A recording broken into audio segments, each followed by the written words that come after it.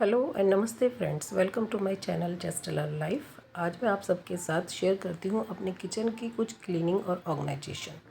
लेकिन उससे पहले आपको अपनी बालकनी में जो प्लांट्स हैं उन सब के साथ मिलवाती हूँ। ये एक मनी प्लांट है और इसको मैंने प्रोपगेट किया है कटिंग से ही, और अब देखिए कितना अच्छा और हरा भरा हो गया है। मनी प्लांट कभी ख़रीदने की ज़रूरत पड़ी ही नहीं, एक कटिंग से ही इतने सारे बनकर तैयार हो जाते हैं। और एक ये पौधा है, ये भी कटिंग से ही हुआ था, लेकिन फ़िलहाल चारों तरफ जो इस टाइम सावन का मंथ स्टार्ट होने जा रहा है और सभी चीज़ें देखिए कितनी हरी भरी और हरियाली चारों तरफ से फैली हुई है कि आंखों को भी एक बहुत ही अच्छी सी हरियाली देखकर सुकून मिल रहा है। अभी ये प्लांटर स्टैंड जो है मैंने मंगवाए थे और इनसे अब मुझे काफ़ी सूटेबल सा लग रहा है। अच्छे से सफाई भी हो जाती है और नीचे जो चींटियाँ एक अपनी जगह बना लिया करती थी वो भी बहुत अब राहत है उस चीज़ से, और सफाई भी बहुत अच्छे से हो जाती है। और देखिए एक ये कटिंग जो है मैंने पानी में ही लगाई थी और अब इसमें रूट्स भी निकल कर आए हैं और इसे मैं फिर से सॉइल में ट्रांसफ़र कर दूँगी। और इसके साथ ही इस तरह के जो येलो लीव्स इनमें आ जाते हैं, आप इन्हें भी हटा दीजिए, क्योंकि ये एक तरह से इनको बीमार कर देते हैं, नेगेटिविटी फैलाते हैं पौधों के अंदर। तो ये सब मैं हटाकर अलग कर देती हूँ। और देखिए एक कटिंग पतली सी लगाई थी इसमें और इस तरह से चारों तरफ बहुत अच्छे से इसमें जो लीव्स हैं मनी प्लांट के वो निकल कर आने लगे हैं। तो जितना भी एक्स्ट्रा है, और 3 से 4 दिन में मैं इसका पानी चेंज करती रहती हूँ और बहुत अच्छे से ये ग्रो करते हैं। और फिर इसी तरह से प्रोपोगेट करके मैंने बहुत सारे प्लांट्स जो है मनी प्लांट के बना रखे हैं।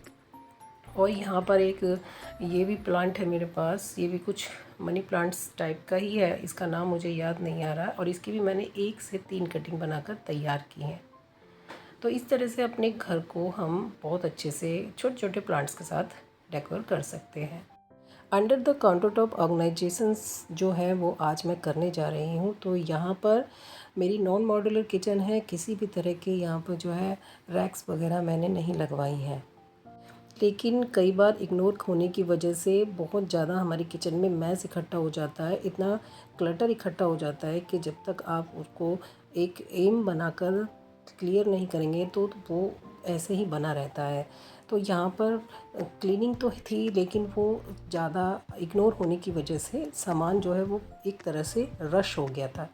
तो एक प्लांटर एक्स्ट्रा था जिसे मैंने अभी फ़िलहाल के लिए एक रैक की तरह से यहीं पर यूज़ करने के लिए सोचा है।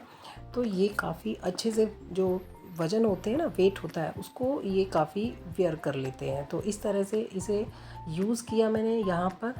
और जितना भी सामान यहाँ नीचे रखा हुआ था, जितने भी कंटेनर बॉक्स टिफ़िन वगैरह थे, उन सबको मैंने यहाँ पर एक बास्केट के अंदर इस तरह से ऑर्गेनाइज़ कर दिया है, क्योंकि इनमें सब तरह के कंटेनर्स हैं, हमें इमरजेंसी में यूज़ होते हैं। तो देखिए अब कितना सिमटा हुआ और एकदम से ऑर्गेनाइज दिख रहा है। नीचे भी काफ़ी स्पेस तैयार है इसमें रखने के लिए। जो एक्स्ट्रा कटलरी होती है उन सब को अगर मैं अपनी कटलरी स्टैंड में रखूँगी तो काफ़ी मतलब क्लटर सा नज़र आता है उसके अंदर, और एक चीज़ निकालो तो 10 निकल कर बाहर गिर जाती हैं। तो इसीलिए एक इस तरह की जो ऑर्गेनाइज़र है, इसमें मैंने सभी एक्स्ट्रा जो है इसमें रखी हैं, इसके अंडर द इस रैक के नीचे, और उसके बाद जब ज़रूरत होगी तो इसे यूज़ कर लूँगी ईज़िली। और एक थर्माकोल के ऊपर इस तरह से मैंने पेपर को पेस्ट किया है। यहाँ पर वॉलपेपर भी मैं कर सकती थी, लेकिन मुझे यही अच्छा लगा और एक स्टैंड किचन के अंदर बनकर तैयार हो गया है। काफ़ी ऑर्गेनाइज सा ये दिख रहा है।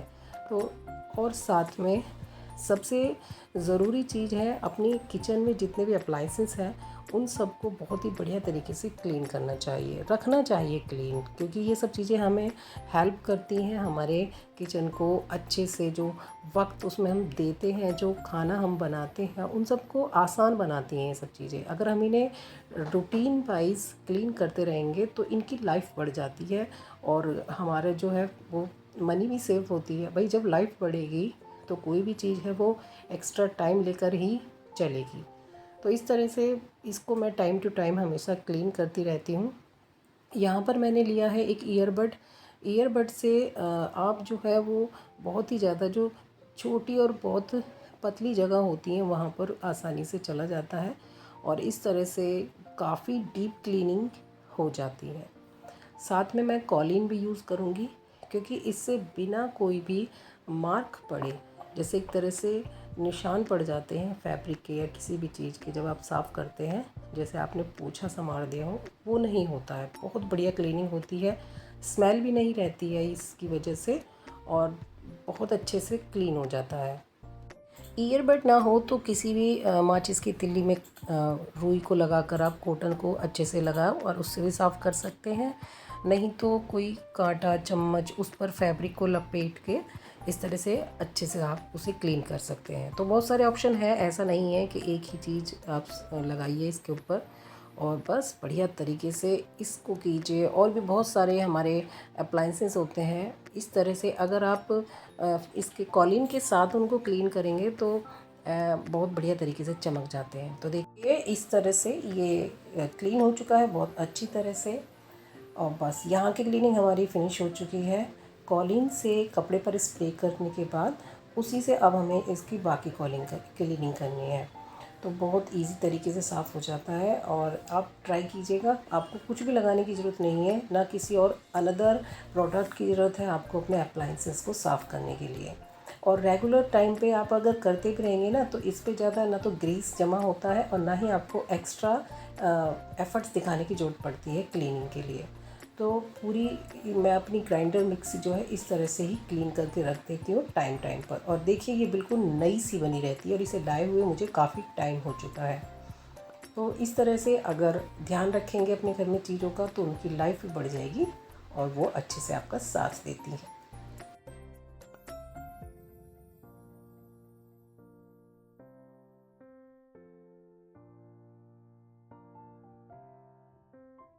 इसी तरह से अपने मिक्सर के जो कॉर्ड है इसको भी क्लीन कर लिया है और फैब्रिक को ऊपर स्प्रे किया कॉलिन का और इजी से रगड़ रगड़ कर अच्छे से इसको भी क्लीन किया है। जो जितना भी इसका स्विच है, जो भी इसका प्लग है और सब चीज़ें बहुत अच्छे से क्लीन हो गई हैं एकदम से।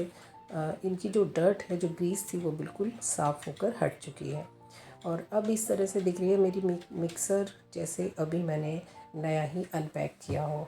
तो आप भी आसान तरीके से इस तरह से क्लीन कीजिए बिना किसी टेंशन के कि बहुत हमें रगड़ना है, गर्म पानी लेना है, साबुन लेना। इस तरह से बिल्कुल नहीं, बहुत आसान तरीके से क्लीन कीजिए। एक छोटी सी जगह है उसके अपने काउंटर टॉप के नीचे, तो मुझे इसे ऑर्गेनाइज़ करनी थी और यहाँ पर मैंने यूज़ किया है एक इस तरह की जो रैक होती है उसको। और जो छोटी छोटी चीज़ें हैं उन्हें मैं यहाँ पर रखूँगी क्योंकि छोटी किचन होने की वजह से मुझे कई बार बहुत सारी सामान को अच्छे से ऑर्गेनाइज़ करना पड़ता है ताकि कभी परेशानी ना हो और ईज़िली मुझे वो दिख जाए। तो मिक्सर के लिए ये मुझे सबसे बेस्ट जगह लगी है। और कुछ ऐसे जो चीज़ें हैं कभी कभी यूज़ होती है जिनका, उनको भी मैं यहीं पर रखूँगी। सामान को एडजस्ट करते वक्त हमें बहुत सारी चीज़ों का भी ध्यान रखना पड़ता है कि उनकी क्लीनिंग डिफ़िकल्ट ना हो, ऐसी ना हो कि हमें फिर वो सर दर्द बन जाए। तो इसी तरह से जो भी सामान है मैं ऐसा ही रखूँगी कि ईज़िली उन्हें हटाऊँ, क्लीन करूँ और फिर वापस से उन्हें वहीं ऑर्गेनाइज़ कर दूँ। आज की वीडियो कैसी लगी बताना ज़रूर। फिर मिलते हैं नेक्स्ट वीडियो में। Thank you for watching.